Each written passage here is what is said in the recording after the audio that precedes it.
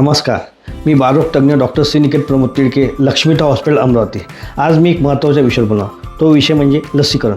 आपण आपल्या बाळाला लसीकरण करणं गरजेचं आहे। आपण आपल्या बाळाला पूर्णपणे लसीकरण केलं आहे का याची आपण आपली खात्री बालरोग तज्ञाकडून करून घ्यावी। काही लसीकरणमध्ये काही लसी गव्हर्नमेंटमध्ये उपलब्ध आहे, काही प्रायव्हेट क्लिनिकमध्ये किंवा प्रायव्हेट डॉक्टरांकडे उपलब्ध आहे, पण पूर्ण लसीकरण घेणे गरजेचे आहे। ह्या लस आपल्याला बाळासाठी खूप उपयुक्त आहे, ज्याने वारंवार बाळांची प्रतिकारशक्ती वाढतं, आजाराबद्दल वारंवार आजार होत नाही आणि बाळ आपलं सुखरूप राहतं। बाळांचं हाईट वेट सगळ्या गोष्टी व्यवस्थित राहतात। तर आपण पाहूया जन्म झाल्यापासून बाळाला आपण कोणत्या लसी देतो। जन्मता झाल्या आपण बाळाला OPV, BCG आणि हेपॅटिस B वॅक्सिन देतो।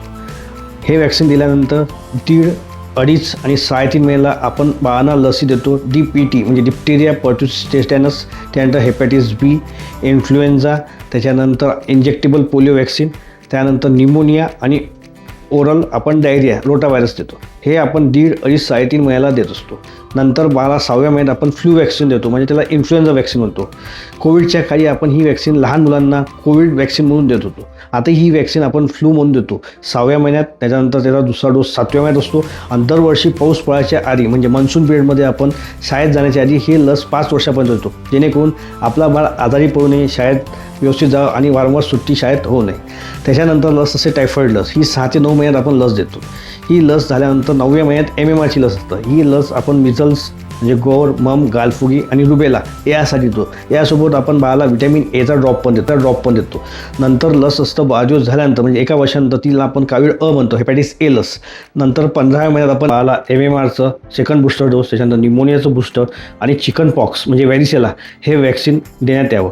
वॅक्सिन म्हणजे व्हॅरिसेला वॅक्सिनबद्दल आपण आपल्या बालरोग तज्ञाला पूर्णपणे त्याची माहिती विचारून घ्या। 15 महिन्यानंतर आपल्याला बाळाला 16 ते 18 महिन्यात वॅक्सिन द्यावं लागतं, ते म्हणजे DPT बूस्टर म्हणजे DTaP किंवा DWP बूस्टर विथ HBA आणि IPVचं बूस्टर द्यावं लागतं। 18 ते 19 महिन्यात पुन्हा आपल्याला हेपॅटायटिस Aचं बूस्टर, त्याच्यानंतर चिकन पॉक्स Aचं वॅक्सिनचं बूस्टर द्यावं लागतं। हेपॅटिस Aमध्ये समजा तुम्ही लाईव्ह ॲटेन्युएट वॅक्सिन दिलं असेल, म्हणजे आपण आपल्या बालरोग तज्ञाकडून माहिती करून घ्या, तर आपल्याला एकच लस द्यावं लागतं। आणि इनॲक्टिवेट असेल तर मग आपल्याला बूस्टर द्यावं लागतं, ते जे म्हणजे 18 ते 19 महिने। यानंतर बाळाला आपल्याला 4थ्या ते 6व्या वर्षी पुन्हा बूस्टर द्यावं लागतं, DPT, IPV, हेपॅट आणि MMRचा सेकंड बूस्टर डोस व्हिटॅमिन Aच्या सोबत। हे वॅक्सिन दिल्यानंतर आपल्याला डायरेक्ट 9 ते 14 वर्षात HPV नावाची लस आहे, हे ह्युमन पेपिलोमा व्हायरस वॅक्सिन म्हणजे हे कॅन्सर विरोधी लस आहे। ही लस आपण आपल्या बाळाला देणे खूप गरजेचं आहे। या वॅक्सिनबद्दल ही माहिती आपण आपल्या बालरोग तज्ञाकडून घ्यावी। 9 ते 14 वर्ष वॅक्सिन झाल्यानंतर 10व्या वर्षी आपल्याला TDAP नावाचं वॅक्सिन द्यावं लागतं बाळाला, त्यानंतर 6व्या वर्षी TD नावाचं वॅक्सिन द्यावं लागतं। ह्या वॅक्सिनबद्दल पूर्ण माहिती आपण आपल्या बालरोग तज्ञाकडून व्यवस्थित समजून घ्या, ऐकून घ्या। नाही समजलं तर पुन्हा एकदा विचारा, पण आपल्या बाळाला पूर्णपणे वॅक्सिन देणे खूप गरजेचे आहे, जेणेकरून आपण आपल्या बाळाची प्रतिकारशक्ती वाढवू शकतो व आपलं बाळ आपण सुदृढ ठेवू शकतो। धन्यवाद।